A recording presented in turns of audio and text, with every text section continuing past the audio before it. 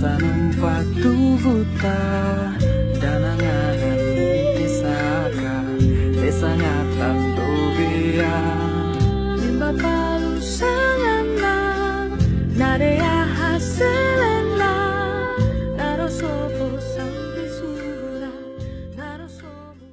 Jalannya Bismillah ya. Jadi tetap kita selalu waspada. Apalagi memang seiring dengan waktu ini sudah mau memasuki ini ya ajaran baru ya Pak Tabe. Saya juga mau tanya malah ini saya mendengar apakah benar sudah akan dimulai atau nanti mulai Januari 2021. Nah, tapi di sini saya juga membaca ada kesepakatan bersama ya Pak ya yang dikeluarkan oleh Kementerian Kesehatan, oleh Kementerian Pendidikan, oleh Kementerian Agama, Departemen Dalam Negeri, panduan yaitu yang dikeluarkan pada 15 Juni 2020. Di situ ada hal-hal yang perlu diperhatikan. Jadi Tabe Pak tadi ternyata ada sekolah-sekolah favorit ya, sekolah-sekolah favorit termasuk di Kota Palu yang semua mau di situ. Sedangkan dalam kesepakatan ini idealnya ya tadi kalau Pak Siswanto bilang sekelas 36, apakah yang lalu atau yang sekarang Pak? Yang sekarang Pak Edi ya. Yang lalu juga. Oh yang lalu 36 juga. Mohon izin Pak kalau saya baca di sini ya mungkin apakah ukuran kelasnya berbeda di sini.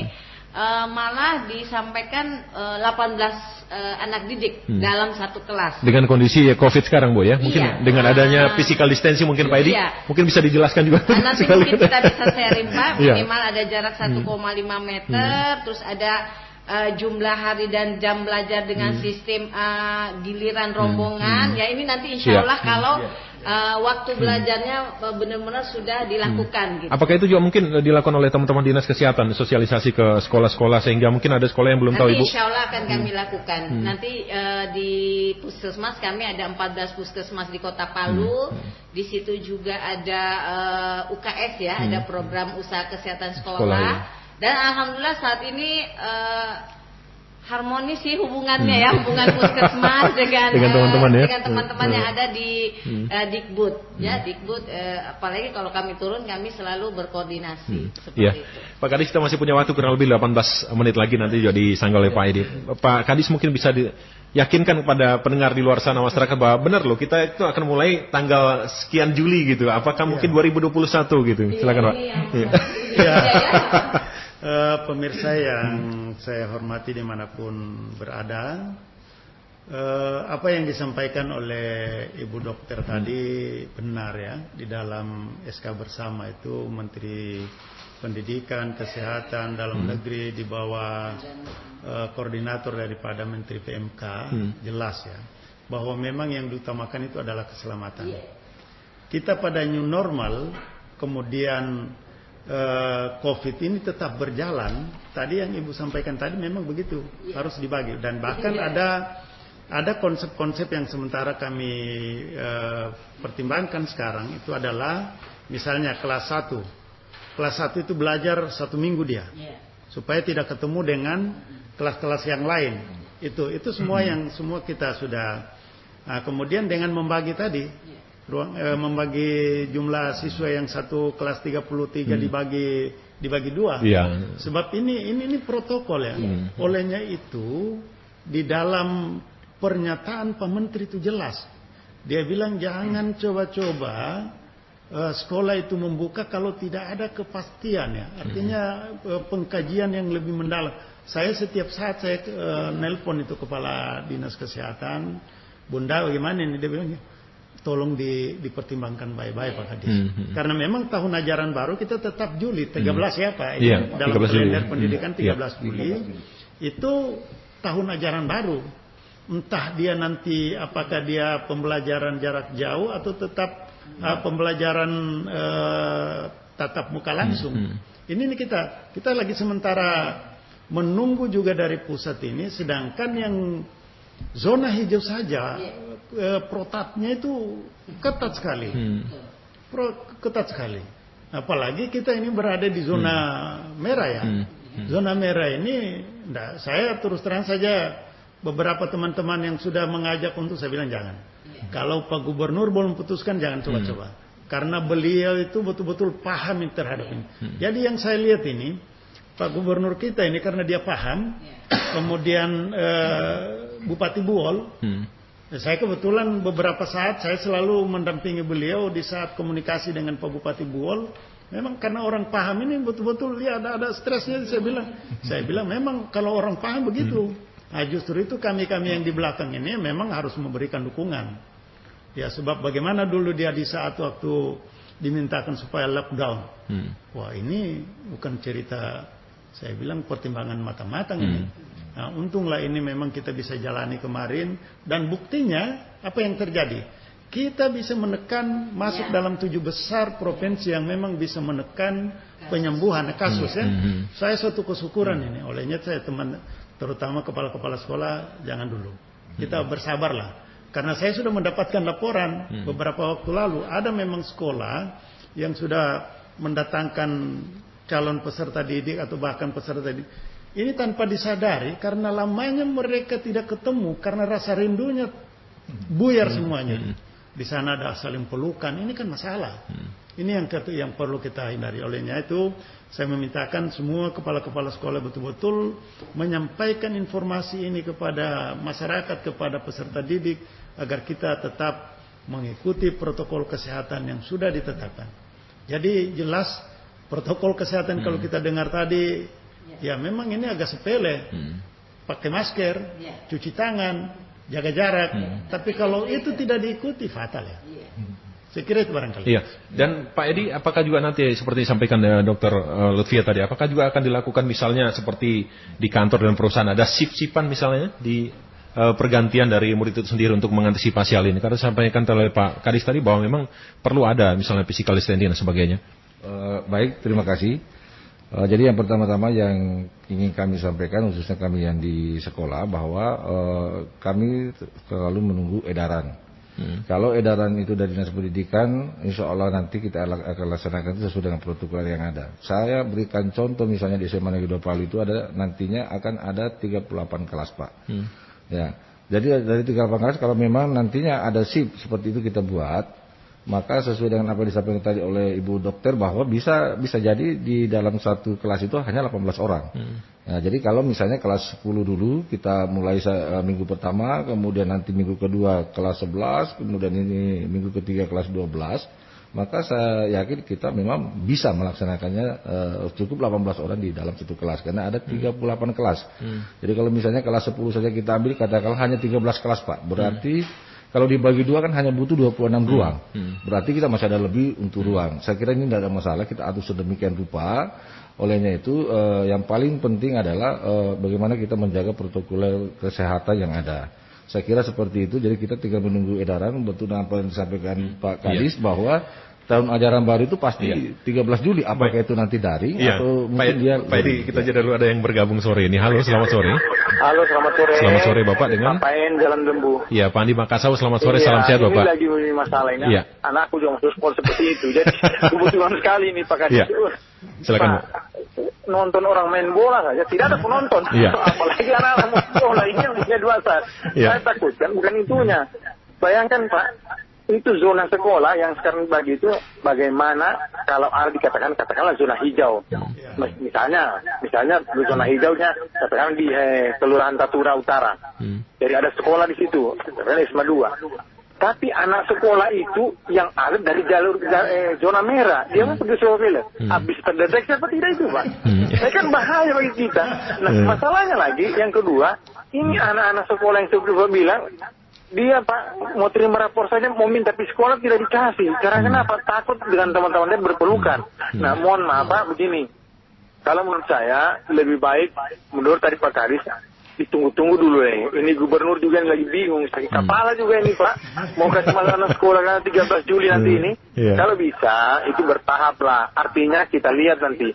Kalau dia memang untuk SMA, untuk yang kelas-kelas 3-nya yang sudah mau dekat ujian, bolehlah kita kasihkan anggaran atau SMP begitu Pak. Tapi yang ke bawahnya jangan dulu. Artinya apa? Kita lihat peran proses perkembangan ini. Karena kenapa? Ini COVID pandemi tidak ada akhirnya. Belum ada yang menentukan akhirnya. Jadi mohon maaf Pak. kalau bisa kita sarannya seperti itulah dulu. Jadi dilihat kondisi. Mudah-mudahan Pak nanti ini kalau memang dia sudah aman-aman kita kasih sekolah. Makasih Pak. Baik, terima kasih Pak Andi Makassau sudah berbagi untuk RRI sore ini. Dikomentari Pak Kadis, silakan. Luar biasa ini Pak Andi Makassau, rupanya beliau dan ini memang kunci ini daripada sekolah ini adalah pertama izin dari Pak Gubernur. Bila dia sudah izinkan kita buka. Tentunya izin itu tidak secara serta-merta begitu saja, pasti ada butuh kajian dari para ahli. Kemudian bertahap. Memang Menteri Pendidikan itu sudah mengatakan tahap pertama ini di zona hijau ini, tapi protokolnya luar biasa, persyaratannya luar biasa. Olehnya itu saya selaku Kepala Dinas Pendidikan Provinsi sudah mewanti-wanti terutama yang menjadi kewenangan saya.